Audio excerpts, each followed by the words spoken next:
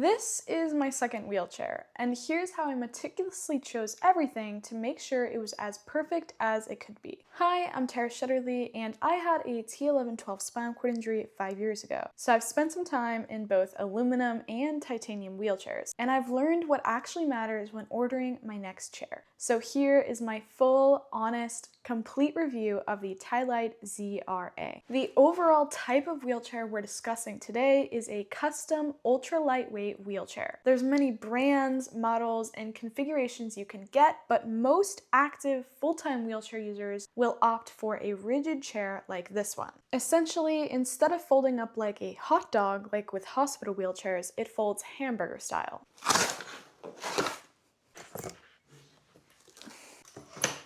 The backrest folds down like I just showed you, and the wheels come off.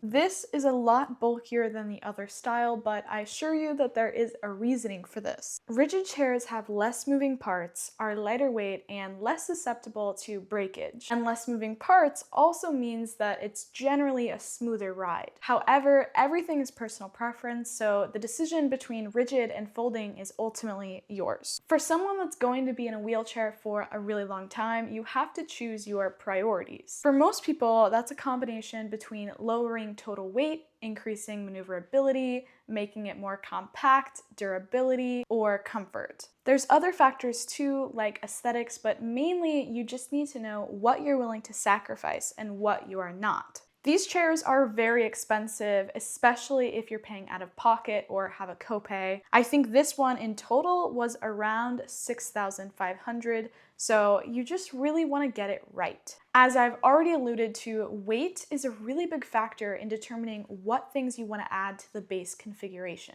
Big squishy backrests, armrests, or huge cup holders might be nice, but they're usually unnecessary and add a lot of weight to the chair. And the heavier the chair, the harder it'll be to push, the slower you might be, and the worse shoulder outcomes for your future health. For the TiLite ZRA, the total transport weight is listed as 10.6 pounds, but that's just for the base. Once you add your rigid backrest, your wheels, your brakes, your cushion, that really adds up. For me, that equates to being about 20 pounds, which is relatively still pretty heavy for these kinds of wheelchairs, but it is an improvement compared to my last chair, which was a TiLite Aero Z, which weighed about 35 pounds, which is insane. But when you're looking at the specs between the two chairs, the Aero Z and the ZRA, there's only a 1.7 pound difference for the titanium upgrade. And for me, it was worth that small weight difference to pay for the upgrade. Titanium is notoriously difficult to approve by insurance,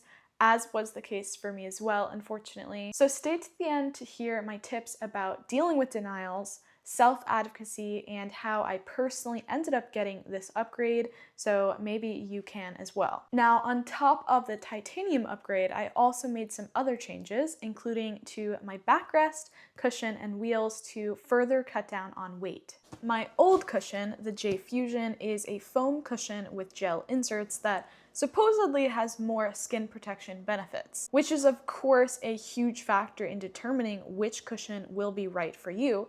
After all, that is the whole purpose of a wheelchair cushion, is to make sure that you don't get a pressure injury on your butt and literally pass away. So it's very important, but for me, I found the J Fusion to be incredibly uncomfortable and very, very heavy. Also, with gel inserts like this, you have to remember to knead the gel very frequently to adjust the positioning, which I unfortunately never remembered to do. So the result was me sinking down, pushing the gel inserts out around me, which was just not effective and caused a lot of back pain, like I said. I don't personally have a history of severe skin integrity issues, so an air cushion didn't really meet my needs, even though they would be the lightest weight. I've also heard from other people that once they started with an air cushion, their butt kind of grew used to it and was intolerable of other surfaces that are obviously harder than air. And I know this is just anecdotal evidence, but it's still something to consider. So based on the recommendations from my assistive technology professional, I went with the Key Mobility Axiom SP, which is just a foam cushion. It doesn't have huge skin protection benefits, but that is okay with me. And it's pretty much as lightweight as you're gonna get from a foam cushion before transitioning to air. And I actually, surprisingly, find it more comfortable than my previous cushion that has more skin protection benefits. That's just my personal experience. I'm not saying everyone's gonna have that experience with J-Fusion, but this is my channel after all. Plus, there's no maintenance like adjusting gel or filling up the air, so I just put the cushion on and I'm good to go. So I really highly recommend it. And plus, it's fairly affordable out of pocket as well. Now for the backrest. It's a rigid back with a carbon fiber shell called the Matrix MX2. It's much more lightweight, comfortable, and sleek looking from the back, especially because I asked for fixed hardware, not quick release. If I could get away with just a foam slingback, I would, but unfortunately it just causes too much back pain, so here we are. My old rigid back had more adjustability in it, but still surprisingly was not as comfortable as this one and did not feel like it had as much support. It is genuinely very rigid and I like the shape of it, so again, this is something else that I would highly recommend. Now, for the star of the show, the wheels. The rear wheels are from Spinergy. I did buy my first pair out of pocket, but I am currently working with the company as an affiliate partner, so if you do ever want the rear wheels from Spinergy, you can use my code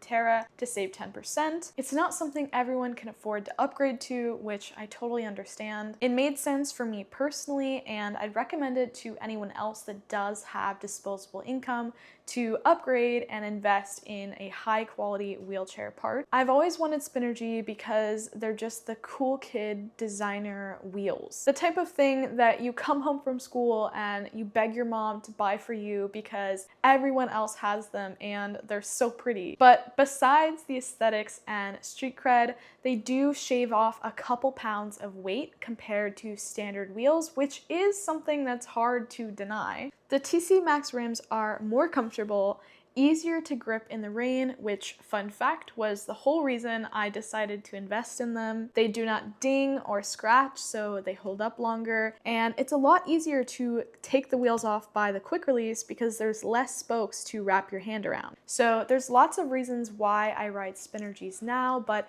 even if you can't afford to upgrade to that right now, here is one piece of advice and knowledge that anyone can use. Every wheel I've ever had has been pneumatic, meaning I have to put air in them, which is more maintenance than it would be to have solid wheels, but it is worth it. Again, they're lighter weight, they have a smoother ride, and knock on wood, but I have never had a flat. I do off-road stuff, and I just don't think that it should be a huge concern for people that are deciding between solid and pneumatic. It has never happened to me in the 5 years of using pneumatics. You're also not going to immediately pass away because you forgot to put air in them. Trust me, I do it all the time, and there's going to be signs to remind you to do it, I swear. Your brakes will get loose, it's harder to push, and it's very obvious. So if you're unsure about which type of wheel you should go for, my general advice would be to get a tire that is pneumatic. My brakes are scissor brakes. I upgraded to aluminum brakes for only $50 for the durability, but the plastic scissor brakes are also totally fine. Scissor brakes just look really sleek and they'll never be in the way of you pushing, making them the ideal choice for an active chair user that has good finger strength and dexterity. My push handles are fold down, so strangers don't feel encouraged to help, because there soon comes a point for paraplegics where they're really not necessary. I honestly could probably go without them, especially if you are very concerned about lowering weight. It's something that you kind of just get used to.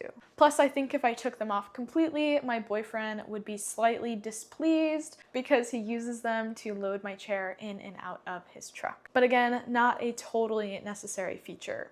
Earlier in this video, I was talking about priorities. Priorities between weight, durability, comfort, etc. And for me, my two very top main priorities for this chair was weight, which we've already discussed, and size. I wanted this chair to be as small as possible because I was tired of finding doorways or little areas that my chair couldn't fit. So I made a lot of small adjustments to add up and create big change and functional impact. And the most obvious solution is to decrease your seat width. My current seat width is 15 inches compared to my old one, which was 16. A lot of ATPs will give an extra inch or two of growing room, which is controversial. On one hand, I can see their concern with potential for weight gain, especially since in insurance's eyes, these chairs are supposed to last 5 years. However, from the vast majority of wheelchair users I've spoken to, we have not had significant weight gain. So if you know yourself and you know that your weight is stable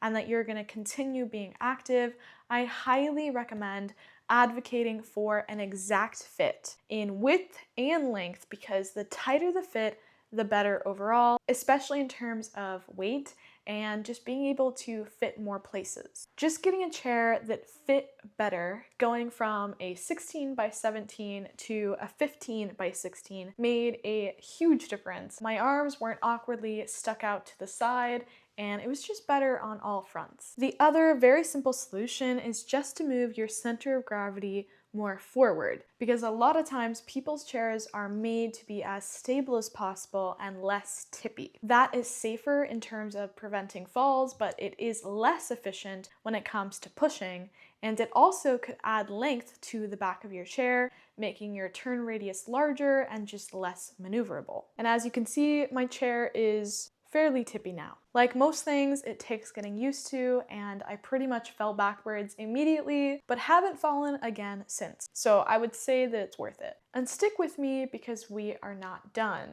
The other thing you can do is change your camber. Camber is the angle at which your rear wheels are set. Sports chairs have a lot of camber, which is why they look like this. Camber helps you turn faster, making you more maneuverable, and adds side stability, which is safer, especially when you're considering sidewalks that are uneven or if you're getting dressed in your chair. So that's why it's standard to put about 2 degrees of camber on an everyday chair, which sounds like a good thing, and it might be for you, but for me, I purposely asked for no camber. 0 degrees of camber on this chair. My ATP looked at me and I could feel the judgment, but it was the right move for me, and here is why. It's all because if your wheels are perfectly perpendicular, you end up saving about an inch or two of total width. And for me, that made it worth it. You get used to it after a few weeks, and at this point, I do not think anything of it. This is just my chair, and it's fine. I will say that I am slightly more careful with dressing in my chair now, since you are a little bit more susceptible to side tipping, and the same thing goes for using my Firefly. I just make sure at the high speeds I'm cruising at that I'm not taking a turn too sharp. So there's definitely a trade-off, but for me, that made sense. On top of that, I also got minimal wheel spacing, meaning no spacer on your axle or as minimal as possible. Wheel spacing is essentially how far your wheels are set away from your chair. Usually there is some extra spacing put on chairs just to add a little bit more side stability, but it's something that I did without and I don't notice a difference. If you have standard wired wheels, you can probably get away with 0 spacer at all. Spinergies have slightly less spoke clearance, so I believe we ended up putting on an 1/8 inch of a spacer on each wheel, which is perfect. It makes a small difference, but it is a noticeable functional impact. And for the push rims, I align them to be on the narrow setting as opposed to the standard.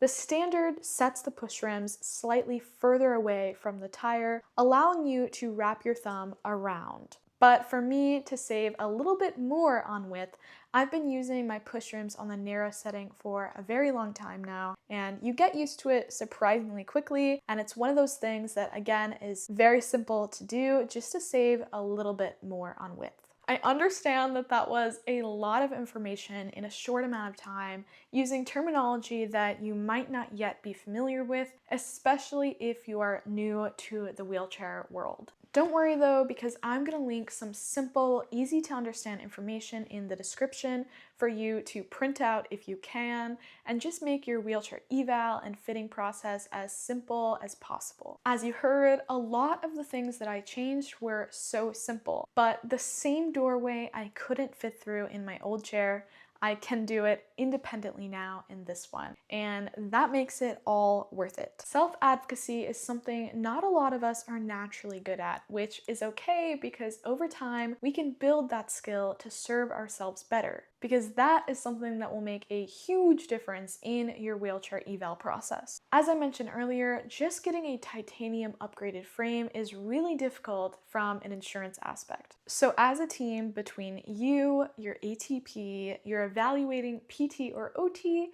and your doctor, you all have to fight for what is right for you, even if insurance does not agree initially. Most of the time, people are met with denials, but that is not to say that once you get a denial, you should just give up. You can and absolutely should appeal and appeal again, because the game is not necessarily over even after the first appeal. There are other options as well. For me personally, I worked with my small local DME company in Virginia to pay for the upgrade itself, which ended up being about $700 plus factoring in the polish finish, which is additional money. So just the upgrade itself, if you didn't want the polished finish, was even less, or should have been less. If you're using a national supplier, they might and probably will refuse to do that, unfortunately, which is why I highly recommend looking just to see if you do have any local DME companies, because at the end of the day, everything is negotiable and everything is your choice, because you're the person with this chair every day for 5 years. You're the person that is paying these people, whether that's direct or indirect. So don't allow anyone to make you feel like you're not the one with the consumer power, because you are. And if you want to learn even more about the wheelchair eval and wheelchair fitting process, you can watch this webinar that I did with a Permobile ATP, linked above, with Spinergy's help. I am, of course, not an expert, and I probably don't have as much knowledge or experience as someone that's been in a chair for 20, 30, 40 years, but I still hope that this was at least slightly helpful, especially if you're just going in for your first wheelchair eval or just wanting to learn more. And don't forget to let me know if you have any questions in the comments, and I'd be happy to help.